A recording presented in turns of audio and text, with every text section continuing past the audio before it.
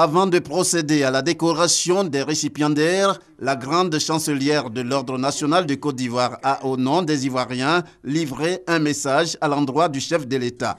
Henriette Dagri-Diabaté a d'abord salué les actions du président Alassane Ouattara pour le bien-être des Ivoiriens, actions qui, selon elle, font aujourd'hui de la Côte d'Ivoire un pays qui gagne. Puis, en encourageant le président de la République à poursuivre dans cette voie, elle l'a rassuré quant au soutien de ses compatriotes en vue de son ambition de faire de la Côte d'Ivoire un pays émergent. Monsieur le Président, vous êtes le premier à le reconnaître lorsque vous dites, et je cite, « Je vous promets que durant les 5 prochaines années, je m'efforcerai de répondre au mieux à votre attente.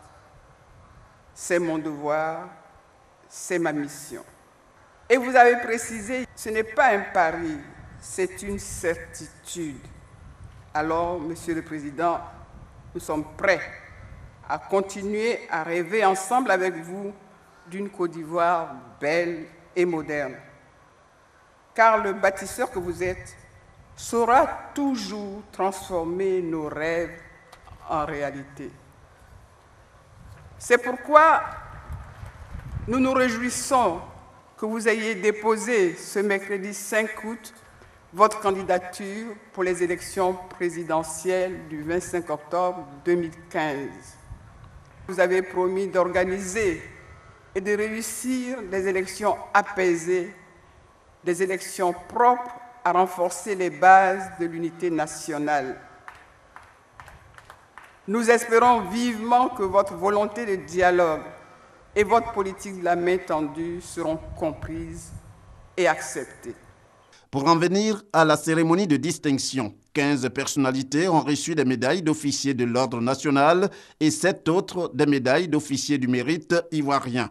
Au nombre de ces récipiendaires, Abiba Dambélé Saoué, Awa Touré, Viviane Aïmé, toutes des journalistes à la direction des reportages institutionnels à RTI 1. Madame Zuno Kipré, présidente du conseil d'administration du groupe Fraternité Matin, a exprimé la gratitude des récipiendaires en tant que leur porte-parole. Notre fierté, notre émotion sont à leur comble de voir qu'en ce jour chargé de symboles, votre Excellence prenne la nation à témoin pour nous distinguer et ainsi reconnaître notre devoir d'engagement envers notre pays.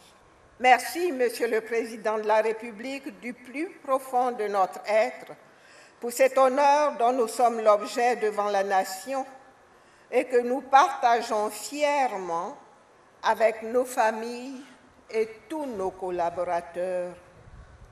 Les distinctions qui nous sont décernées ce jour interpelle chaque récipiendaire à demeurer un modèle de don de soi, à l'image des pères fondateurs et un engagé au front du développement pour faire de la Côte d'Ivoire un pays émergent à l'horizon 2020.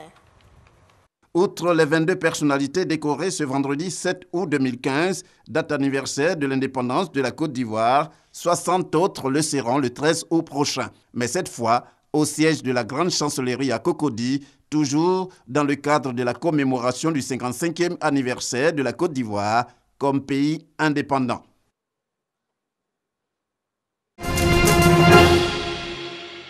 Cela représente pour nous une nouvelle ère.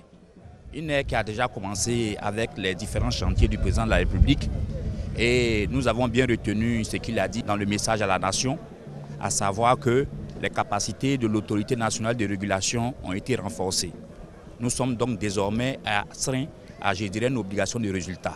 Nous devons faire mieux puisque nous avons maintenant les moyens pour le faire. Et la Côte d'Ivoire doit non seulement se développer, mais se développer par la bonne gouvernance dans les marchés publics. 55 ans, c'est la pleine maturité, comme vous le savez.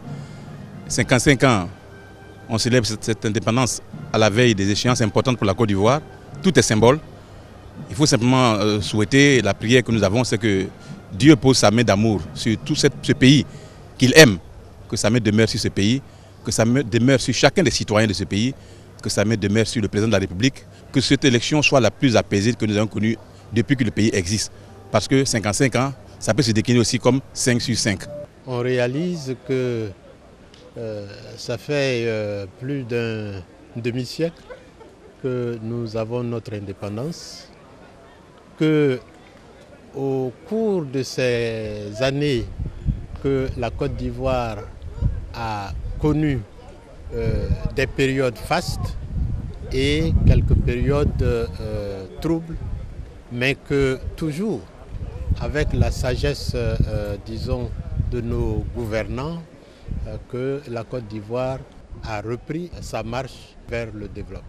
55 ans dans la vie d'un État, c'est très important. Et aujourd'hui, nous nous retrouvons donc pour manifester donc notre joie. Et quand on regarde le chemin parcouru, quand on écoute le message du président de la République à la nation, nous avons vraiment espoir. 55 ans, ce n'est pas rien. C'est l'âge de la maturité. Et nous pensons que de plus en plus, la Côte d'Ivoire va aller de l'avant parce que nous avons connu les soubresauts. Et ça arrive dans tous les pays, même aux États-Unis, il y a eu des périodes difficiles. Nous espérons que nous finissons cette année avec nos périodes difficiles et après les élections d'octobre prochain, nous allons rentrer dans une nouvelle phase. Donc, je suis très heureux que cet anniversaire intervienne dans un environnement apaisé. Hier, vous avez entendu, le président a dit qu'il est certain qu'effectivement la Côte d'Ivoire sera émergente à l'horizon 2020. Et nous sommes soldats pour qu'effectivement on arrive à faire ce travail pour que toute la Côte d'Ivoire retrouve le bonheur.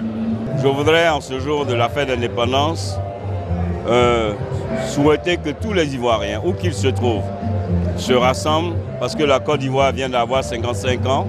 Et aujourd'hui, on peut considérer que ces 55 ans qui sonnent avec l'année électorale arrivent au moment même où le président de la République, Alassane Ouattara, est en train de donner une autre dimension à notre Côte d'Ivoire, la Côte d'Ivoire nouvelle, la Côte d'Ivoire qui gagne.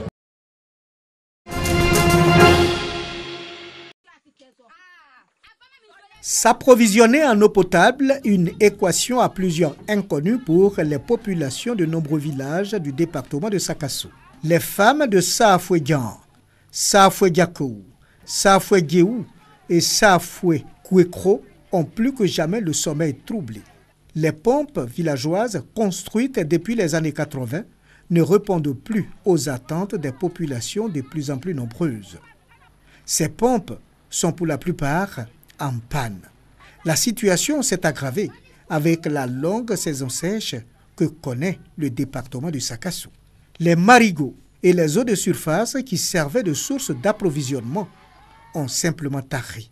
Dans ces villages, les femmes veillent à la pompe et au marigot.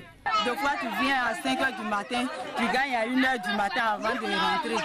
Tu commences à ramasser. D'autres viennent, font 3 jours, 4 jours, on ne gagne pas l'eau. Dans le groupe Saafoué, la corvée d'eau n'est plus la tâche réservée aux seules femmes. Ici, la qualité de l'eau importe peu. La quête d'eau a relégué les travaux champêtres au second plan. Des fois, on laisse les travaux champêtres, on vient chercher de l'eau. Si on a trouvé au moins 1 pot ou 2 pots, maintenant on va, peut-être on arrive au champ à midi, on ne peut même pas travailler. Face à cette situation des plus préoccupantes, les populations ont eu une rencontre au cours de laquelle elles ont fait part de leurs difficultés aux élus de Sakasso, afin qu'ils les portent aux autorités compétentes. À cause du problème d'eau, les femmes quittent leur mari pour aller se coucher dans les rivières en Russie. Alors, nous voudrons que l'État nous aide à trouver une pompe hydraulique améliorée. Saafoué n'a pas d'eau. Il faut parcourir des kilomètres pour aller chercher de l'eau. Chose grave. À 4 h du matin, quand vous vous levez, vous avez envie de danser. Mais le tam-tam manque. En attendant que des solutions soient trouvées pour le développement dans le groupe Saafoué, les femmes continuent de danser toujours l'Adjanou, danse sacrée et protectrice pour des éventuelles pluies. La population de ces 4 villages, Saafoué, est estimée à plus de 4000 âmes qui souffrent. Pendant 2 jours, les acteurs de la santé ont planché sur la recherche de solutions mutuelles dues à la faible absorption des financements mis à la disposition des pays par le Fonds mondial. Selon Raymond Goudou Kofi, ministre de la Santé et de la lutte contre le sida, cette plateforme d'échange permettra de faire ressortir toutes les préoccupations des États africains. Lorsque nous considérons la revue des dépenses des programmes nationaux de lutte contre le paludisme, la tuberculose et le VIH-Sida, au titre de cette subvention effectuée par le Fonds mondial, durant la période de janvier 2013 à juin 2014, du moins pour l'exemple de la Côte d'Ivoire, le premier constat est que le taux d'exécution budgétaire des programmes est relativement faible, se situant respectivement à 33% pour le programme national de lutte contre le sida, 39% pour le programme national de lutte contre la tuberculose et 58% pour celui du paludisme. Pour le ministre de la Santé du Burkina Faso, l'harmonisation des points de vue est nécessaire pour une efficacité de la mise en œuvre des subventions. Depuis que nos pays ont commencé à bénéficier des subventions du Fonds mondial, je peux vous dire que c'est véritablement la première fois que l'ensemble des pays francophones se retrouvent pour partager leurs expériences, leurs difficultés, parce que vous imaginez aisément que quand un partenaire vous met à votre disposition une subvention, il faut que cela soit utilisé à bon escient. Au terme de ces 2 jours d'échange, un accord a été signé entre l'État de Côte d'Ivoire et le Fonds mondial pour la mise en œuvre de la note conceptuelle du volet paludisme. Coût du projet, 75 millions d'euros sur 3 ans, soit 50 milliards de francs CFA.